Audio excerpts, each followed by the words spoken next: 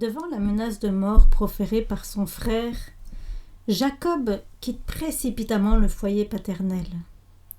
Seul, le bâton à la main, il entreprend un trajet de plusieurs centaines de kilomètres. Le cœur lourd de remords et d'effroi, il s'avance à travers une contrée infestée de tribus nomades et farouches. De crainte d'être rejoint par son frère courroucé, il évite même la rencontre des humains. Il emporte avec lui, il est vrai, la bénédiction et la promesse de l'alliance. En le congédiant, son père les lui a répétées avec la recommandation de prendre femme en Mésopotamie, dans la famille de sa mère. Mais le fugitif se demande si, banni du foyer paternel par sa propre faute, il ne s'est pas privé à jamais du bénéfice des promesses divines. Satan le harcèle d'inquiétude, et c'est à peine s'il ose encore prier. L'abandon où il se trouve est tel. La nuit de son désespoir devient si dense qu'il éprouve comme jamais auparavant le besoin de la protection divine. Toute assurance en ses propres forces ou en ses propres mérites a disparu. Humilié jusqu'en terre et confessant son péché avec larmes, il supplie l'Éternel de lui révéler de quelque manière s'il ne l'a pas entièrement rejeté. Le soir du second jour trouve Jacob à une très grande distance des tentes de son père. Exténué de fatigue, il se couche sur le sol où une pierre lui sert d'oreiller. Et maintenant un Dieu compatissant va faire connaître à son serviteur solitaire et désespéré qu'il ne l'a pas abandonné, que sa miséricorde lui est assurée.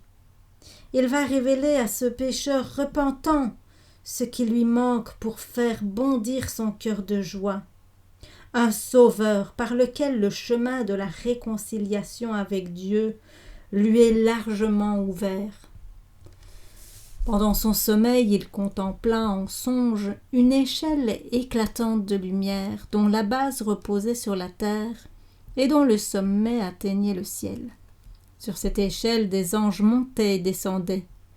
Du sommet, Dieu, s'adressant à Jacob, lui disait « Je suis l'Éternel, le Dieu d'Abraham ton père et le Dieu d'Isaac. Cette terre sur laquelle tu es couché, je la donnerai à toi et à ta postérité. Toutes les familles de la terre seront bénies en toi et en ta postérité. » Non seulement la promesse faite à Abraham et à Isaac était répétée à Jacob, mais il entend ces paroles de réconfort et d'encouragement. « Oui, je suis avec toi, je te garderai partout où tu iras. Je te ramènerai dans ce pays, car je ne t'abandonnerai pas avant d'avoir fait ce que je t'ai promis. » Dans sa bonté, Dieu avertit ensuite le fugitif des dangers à la fois spirituels et matériels qui le menacent. Il prépare ainsi Jacob à résister aux tentations qui viendront l'assaillir alors qu'il se verra entouré d'idolâtres et d'hommes rusés. Il l'encourage à bien remplir la mission qui lui est confiée, à conserver toujours devant ses yeux le haut idéal qui lui est proposé et dans son cœur l'assurance que le plan divin se réalisera dans sa vie. Dans cette même vision, Jacob eut la révélation de certaines phases du plan du salut, dont la connaissance pouvait lui être utile. L'échelle mystique, vue en songe, n'était autre que celle dont Jésus parlera plus tard au disciple Nathanaël, lorsqu'il lui dira « Vous verrez le ciel ouvert et les anges de Dieu montant et descendant sur le Fils de l'homme. » Jusqu'au moment de sa rébellion contre Dieu, l'homme avait eu un libre accès auprès du Créateur. Mais la désobéissance d'Adam et d'Ève ayant interrompu ces relations, la liaison entre le ciel et la terre avait été assurée par l'échelle mystique et par le Fils de Dieu, dont le sacrifice devait combler l'abîme creusé par le péché. C'est ainsi que l'humanité, au lieu d'être abandonnée à son désespoir, a pu de nouveau communiquer avec le ciel par le ministère des anges et par Jésus-Christ. La faiblesse humaine a été mise en contact avec la puissance infinie. Jacob ne comprit pas dès le début toute la vérité renfermée dans ce grand mystère. Mais elle fit dès lors, et toute sa vie durant, l'objet de ses méditations, et se dévoila de plus en plus à son esprit. Quand il se réveilla, les étincelants personnages de la vision avaient disparu. Les étoiles qui dit après le firmament animaient seules les ombres de la nuit. Dans le lointain apparaissait à l'horizon la silhouette estompée des collines. Mais une présence invisible peuplait ce lieu solitaire devenu sacré. Jacob eut le sentiment net et solennel que Dieu était avec lui. « Certainement, s'écria-t-il, l'Éternel est dans ce lieu, et moi je ne le savais pas. C'est bien ici la maison de Dieu, c'est ici la porte des cieux. » Jacob se leva de bon matin, et il prit la pierre dont il avait fait son chevet, il l'érigea en monument et il versa de l'huile sur son sommet. Selon la coutume d'alors, pour commémorer l'événement, Jacob laissa se souvenir de la grâce divine afin que chaque fois qu'il aurait l'occasion de revoir ce lieu, il pût s'y arrêter pour adorer l'Éternel. Il appela cet endroit Béthel, qui veut dire maison de Dieu. Le cœur plein de gratitude, il répéta la promesse qu'il assurait de la protection divine et prononça ce vœu. « Si Dieu est avec moi, s'il me garde dans le voyage que j'ai entrepris, s'il me donne du pain à manger et des habits pour me vêtir, et si je retourne en paix à la maison de mon Père, alors l'Éternel sera mon Dieu. Cette pierre que j'ai érigée en monument sera la maison de Dieu. Je te payerai la dîme de tout ce que tu me donneras. » Le fils d'Isaac ne posait pas ici de conditions à Dieu. La prospérité lui avait été promise. Ce vœu n'était que l'expression de la reconnaissance de son âme devant l'assurance de la miséricorde et de la bonté divine. Il comprenait que Dieu avait sur lui des droits qu'il devait respecter et que les signes singuliers de la faveur dont il venait d'être l'objet exigeaient de sa part une marque d'appréciation. Il faudrait que ce même sentiment anime le fidèle devant chacun des bienfaits qui lui viennent de l'auteur de toute grâce. Le chrétien devrait souvent se souvenir de sa vie passée et se rappeler les délivrances merveilleuses qui lui ont été accordées, le soutien qui lui a été offert dans l'épreuve, les issues soudaines ouvertes devant lui quand tout semblait obscur et fermé, et le réconfort qui lui est parvenu au moment de défaillir. Dans toutes ces circonstances, nous devons reconnaître des preuves de la présence et de la protection des anges de Dieu. Le souvenir de ces bienfaits innombrables devrait nous inciter à répéter, émus avec le psalmiste, « Que rendrai-je à l'Éternel ? Tous ces bienfaits sont sur moi. » Notre temps, nos talents, nos biens doivent être consacrés à celui qui nous les a confiés. Chaque fois que nous sommes l'objet d'une délivrance ou que nous parviennent des faveurs nouvelles et inattendues, notre gratitude devrait monter vers Dieu non seulement en parole, mais à l'exemple de Jacob, en dons et en offrandes en faveur de sa cause. Recevant constamment les bienfaits de Dieu, nous devons toujours être disposés à donner pour sa cause. « Je te payerai la dîme de tout ce que tu me donneras », avait dit Jacob. Pouvons-nous, nous qui goûtons la pleine lumière de l'Évangile et tous ses privilèges, nous contenter de donner moins que ceux qui vivaient sous une dispensation moins favorisée ? Nos obligations ne sont-elles pas au contraire d'autant plus grandes que nous avons reçu davantage ? Et cependant, combien chiches sont nos évaluations ? Qu'ils sont misérables et mesquins les calculs mathématiques avec lesquels nous mesurons notre temps, notre argent, notre amour au regard d'un don, d'un amour incommensurable. des dîmes pour Jésus-Christ, pour un sacrifice infini. Du haut de sa croix, Jésus nous demande un don total et sans réserve. Tout ce que nous sommes, tout ce que nous avons, doit être consacré au Seigneur. Animé d'une foi nouvelle et durable à l'égard des promesses divines, convaincu de la présence et de la protection des anges, Jacob reprit son voyage dans la direction du pays des fils de l'Orient. Mais quelle différence entre son arrivée dans ce pays et celle du messager d'Abraham près de 100 ans auparavant. Le serviteur s'était présenté entouré d'une suite voyageant à dos de chameau et apportant avec lui de riches présents en or et en argent. Le petit-fils arrivait seul, les pieds endoloris, avec pour tout trésor un bâton. De même qu'avait fait le serviteur d'Abraham, Jacob s'arrête auprès d'un puits où il rencontre Rachel, la fille cadette de Laban, son oncle. Mais cette fois, c'est lui qui roule la pierre et se met à abreuver les troupeaux. S'étant fait connaître, il est reçu sous le toit de son parent. Un séjour de quelques semaines révèle sa diligence et sa valeur, et on le presse de rester, la main de Rachel lui étant promise en retour de 7 années de service.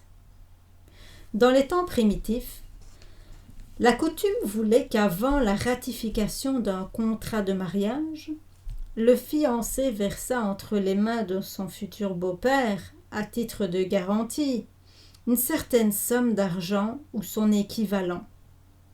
Les pères de famille ne jugeaient pas prudent de confier le bonheur de leur fille à des hommes qui n'avaient pas fait d'économie en vue de l'entretien d'une famille.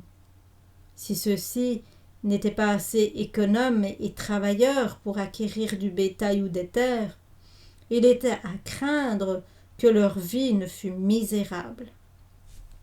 Un moyen de mettre à l'épreuve un prétendant qui n'avait pas de quoi fournir de garantie consistait à lui permettre de travailler pour le père de la personne aimée, durant une période correspondant à la valeur de la dot exigée. Si l'on était satisfait de ses services et si à d'autres égards le prétendant était trouvé digne d'entrer dans la famille, il obtenait la femme de son choix et la dot versée faisait généralement retour à l'épouse le jour de son mariage. Dans le cas de Rachel et de Léa, Laban retient égoïstement par devers lui la dot qui devait leur être restituée. C'est à cela qu'elles feront allusion lorsqu'elles diront plus tard en quittant la Mésopotamie « Il nous a vendus et il a même dilapidé notre argent ». Cette ancienne coutume, si elle provoquait parfois des abus, était sage. Tout en prévenant des mariages prématurés, elle donnait l'occasion d'éprouver les affections du futur gendre, comme aussi son aptitude à entretenir une famille. La coutume opposée qui règne de nos jours engendre de fâcheuses conséquences. Il arrive fréquemment que les candidats au mariage ont très peu d'occasion de faire réciproquement connaissance de leurs habitudes et de leurs dispositions, de sorte qu'au jour des noces, en ce qui concerne la vie quotidienne, ils sont vraiment étrangers l'un à l'autre. Dans un grand nombre de cas, on découvre, mais trop tard, qu'on n'est pas fait l'un pour l'autre, et ces unions ont pour résultat une vie malheureuse. Il arrive aussi fréquemment que l'épouse et les enfants souffrent de l'indolence et de l'incapacité ou même des habitudes vicieuses du mari et père. Si le prétendant avait été mis à l'épreuve selon l'ancienne coutume, de grands chagrins auraient pu être évités. Les 7 années de fidèle service rendu par Jacob pour obtenir la main de Rachel ne lui semblèrent que quelques jours parce qu'il l'aimait. Au terme de cette période, l'égoïste et cupide Laban, qui désirait conserver un aussi précieux collaborateur, le suborna de la façon la plus cruelle, en substituant à Rachel sa fille aînée. Devant la complicité de Léa, Jacob crut qu'il ne pourrait l'aimer. Sa protection, indignée, eut pour toute réponse l'offre qui lui fut faite d'épouser Rachel contre cette autre année de travail. Mais le père exigea que Léa ne fût pas répudiée, afin de ne pas déshonorer sa famille. Jacob, placé dans une position on ne peut plus douloureuse et difficile, décida finalement de conserver Léa et d'épouser Rachel qui fut toujours la préférée. Mais cette préférence excita l'envie et la jalousie de sa sœur, et la rivalité des deux épouses assombrit la vie du patriarche. Jacob passa 20 ans en Mésopotamie au service de Laban. Celui-ci, au mépris de tout lien de parenté, ne songea qu'à exploiter son gendre et neveu. Non content de lui demander 14 années pour ses 2 filles, il changea 10 fois son salaire durant les années restantes. Pendant tout ce temps, la diligence et la fidélité de Jacob ne se démentirent pas. Les paroles cinglantes qu'il adressa à Laban lors de leur dernière entrevue donnent un bref mais vivant tableau de la vigilance infatigable avec laquelle il avait veillé aux intérêts de son exacteur de beau-père. « Voilà 20 ans que j'ai passé chez toi. Tes brebis et tes chèvres n'ont pas avorté et je n'ai pas mangé les béliers de tes troupeaux. Je ne t'ai point rapporté les bestiaux déchirés par les animaux sauvages. C'est moi qui en ai subi la perte. Tu me réclamais les bêtes qui avaient été prises pendant le jour ou celles prises pendant la nuit. La chaleur me consumait pendant le jour et le froid pendant la nuit, et le sommeil fuyait de mes yeux. De jour et de nuit, le pâtre avait à veiller sur ses troupeaux, toujours menacés par les voleurs aussi bien que par les bêtes sauvages. Celles-ci abondaient, et leur hardiesse allait jusqu'à causer de grands ravages dans les troupeaux mal gardés. Pour surveiller ceux de Laban, Jacob avait un bon nombre de gardiens, mais c'était lui qui devait répondre de tous les dégâts.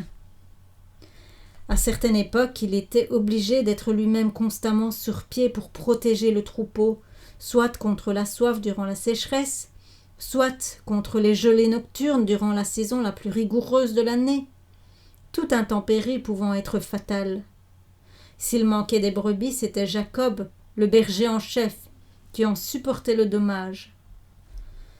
De leur côté, les serviteurs devaient lui rendre un compte strict de l'état du troupeau. La vie du berger oriental, sa diligence, sa prévoyance et les tendres soins qu'il prodigue aux faibles créatures qui lui sont confiées ont servi d'image aux auteurs inspirés pour illustrer quelques-unes des plus précieuses vérités de l'Évangile. Dans ses relations avec son peuple après la chute de l'homme, Jésus est comparé à un berger qui voit ses brebis s'égarer sur la sombre voie du péché et de la mort. Il quitta pour les sauver les honneurs et la gloire de la bergerie céleste. Voici ces paroles. Je chercherai la brebis qui est perdue. Je ramènerai l'égaré, je panserai la blessée et je fortifierai la malade. Je viendrai au secours de mes brebis afin qu'elles ne soient plus livrées au pillage. Les bêtes sauvages ne les dévoreront plus. Elles entendront sa voix qui les appelle au bercail, à la tente dressée pour donner de l'ombre pendant le jour contre la chaleur et pour servir de refuge et d'asile contre la tempête et la pluie. Les soins dont il entoure ses brebis sont infatigables. Il affermit les faibles, soulage les souffrantes. Il porte les agneaux dans ses bras et les serre sur son cœur. Aussi les brebis aiment-elles le berger. Elles ne suivront pas un étranger, au contraire, elles le fuiront, parce qu'elles ne connaissent point la voix des étrangers. « Je suis le bon berger, dit Jésus. Le bon berger donne sa vie pour ses brebis. Le mercenaire qui n'est pas le berger, et à qui les brebis n'appartiennent pas, s'il voit venir le loup, abandonne les brebis et s'enfuit, et le loup les ravit et les disperse. C'est qu'il est mercenaire, et qu'il ne se soucie pas des brebis. Je suis le bon berger. Je connais mes brebis et mes brebis me connaissent. Le souverain berger a confié le soin de son troupeau à ses serviteurs, les sous-bergers auxquels il demande de manifester le même intérêt que lui et d'assumer toute la responsabilité sacrée qui leur incombe. Il les adjure d'être fidèles, de paître le troupeau, de le protéger de la dent du loup ravisseur et de fortifier la brebis chancelante. Jésus rappelle aux sous-bergers que son amour l'a poussé à offrir sa vie pour les sauver. Et il se donne en exemple. Mais le mercenaire, à qui les brebis n'appartiennent pas, s'intéresse peu au troupeau. Il ne travaille que pour un gain et ne cherche que son profit. Et si le danger le menace, il s'enfuit et abandonne son bétail. L'apôtre Pierre fait aux sous-bergers la recommandation suivante. Paissez le troupeau de Dieu qui vous est confié. Faites-le non par contrainte, mais de bon gré, non pour un gain sordide, mais par dévouement, non en dominant sur eux qui vous sont échus en partage, mais en vous rendant les modèles du troupeau. Et voici celle de l'apôtre Paul. Prenez garde à vous-même et à tout le troupeau, au milieu duquel le Saint-Esprit vous a établi surveillant, pour paître l'Église de Dieu, qu'il s'est acquise par son propre sang. Pour moi, je sais qu'après mon départ, il s'introduira parmi vous des loups cruels, qui n'épargneront point le troupeau.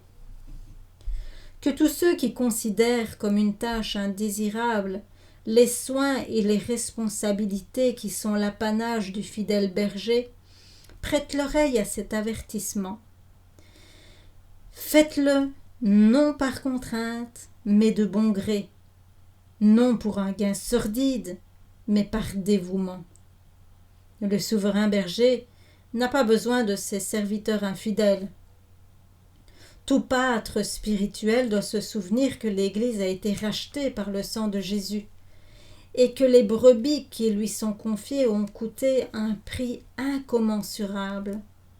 Il doit les considérer comme étant d'une valeur infinie et veiller sur elles avec un zèle infatigable, afin que leur état soit non seulement satisfaisant, mais florissant. Le berger animé de l'esprit du Sauveur et qui, imitant son abnégation, travaille avec persévérance au bien-être de son troupeau, le verra prospérer sous sa direction. Chacun sera appelé à rendre un compte minutieux de son ministère.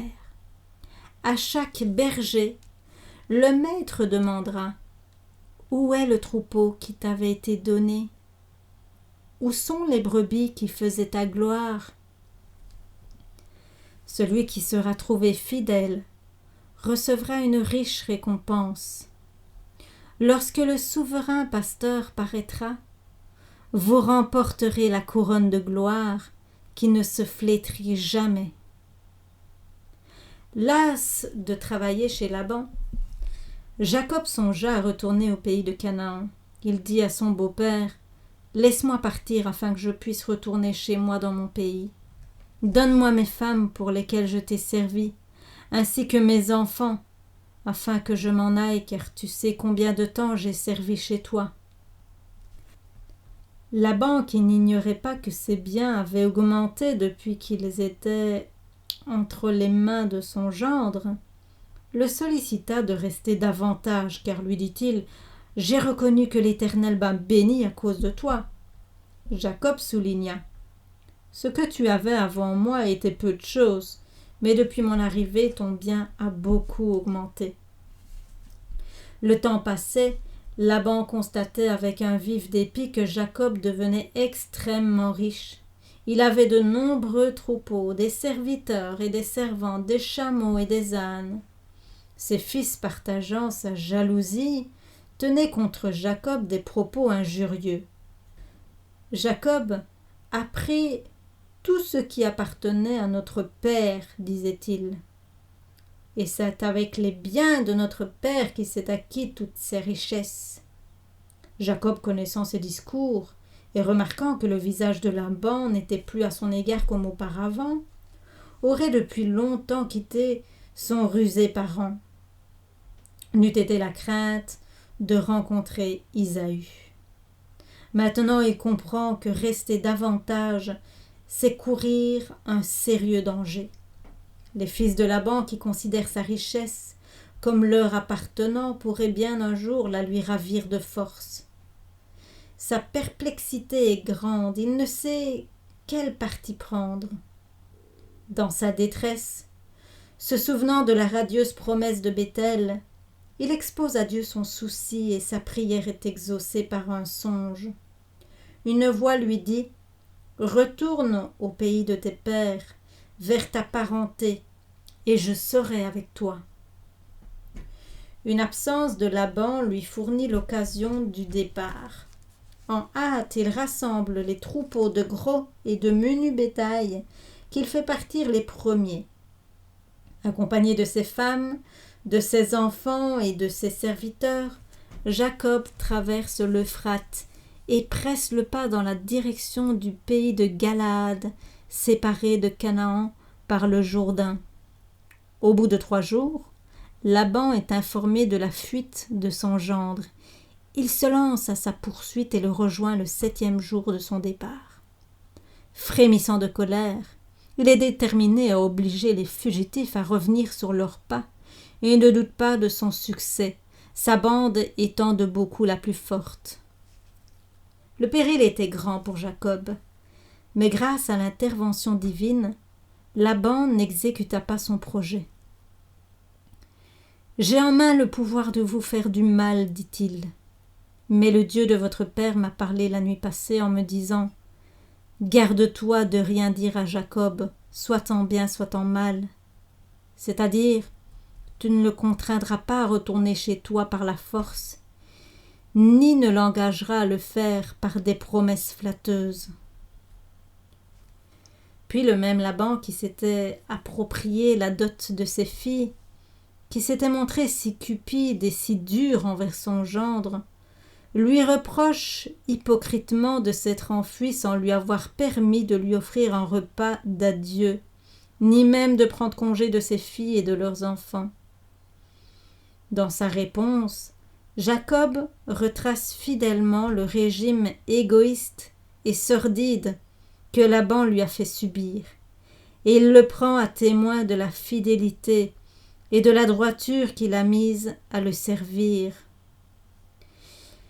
Il termine en disant « Si le Dieu de mon père, le Dieu d'Abraham, celui que craint Isaac, n'avait été pour moi, tu m'aurais maintenant laissé partir les mains vides.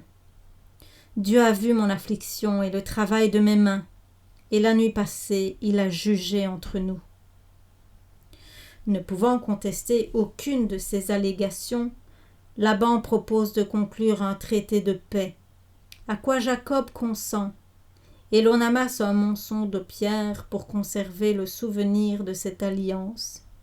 Laban appela cette colonne Mitzpah, poste d'observation, en disant « Que l'Éternel nous surveille, moi et toi, quand nous serons séparés l'un de l'autre. » Laban dit aussi à Jacob « Tu vois ce monceau, voici le monument que j'ai dressé entre moi et toi. Ce monceau est témoin, ce monument est témoin, que je ne dépasserai pas ce monceau pour aller vers toi, et que tu ne dépasseras ni ce monceau, ni ce monument, dans des intentions hostiles. » Pour ratifier l'alliance, on fit un festin. La nuit se passa en conversation amicale.